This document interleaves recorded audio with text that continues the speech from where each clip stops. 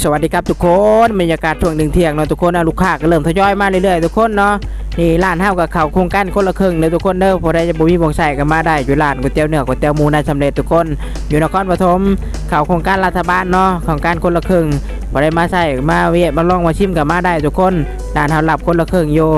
ไปจ่ายเต็มกระจายเนาะหรือว่าคนละครึ่งก็คือได้ทุกคนมีครบทุกอย่างเลยร้านก๋วยเตี๋ยวเนื้อก๋วยเตี๋ยวหมูนายสำเร็จเป็นก๋วยเตี๋ยวน้ำตกทุกคนมีเนื้อมีหมูมีกะเพราข้าวมันไก่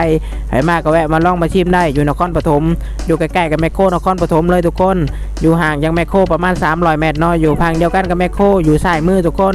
มาจากลาดบุรีบ้านโป่งเนาะเพื่อจะเข้ากรุงเทพหรือว่าไปยิมาเที่ยวช่วงนี้ก็มีงานองค์พระเนาะก็แวะมาลองมากินก๋วยเตี๋ยวฮ้อนๆแซ่บๆก่อนแล้วค่อยย่างองค์พระนะทุกคนเนาะเพราะว่างานองค์พระคนมาหลายมันอาจสิบ่ได้กินมันอาจสิย่างหลายโพดเราจะบ่ได้กินก็ได้นะทุกคนเนาะมากินก่อนแล้วค่อยมาย่างองค์พระก็ได้ทุกคนนี่ร้านครับเปิด2 ทุ่มทุกคนเปิดยาวๆเนาะช่วงนี้ก็มีงานองค์พระทุกคนงานปฐมเจดีย์เนาะงานองค์พระงานใหญ่งานประจำปีของเขาคนก็สิเข้าไปทางองค์พระหลายเนาะไปผ่านเช่นร้านนี้ก็อย่าลืมผ่านร้านเฮาก็อย่าลืมมาแวะทุกคน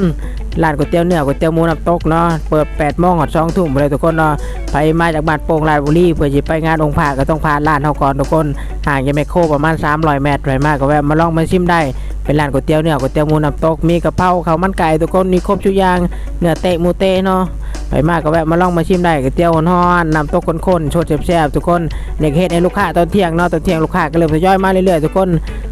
ลูกค้ามีหลายรอบทุกคนเรามีรอบเช้ารอบเที่ยงรอบแรกนะทุกคนลูกค้าเฮามีทุกรอบเลยไปมากก็แวะมาลองมาชิมได้ก๋วยเตี๋ยวเนื้อก๋วยเตี๋ยวหมูน้ำตกข้น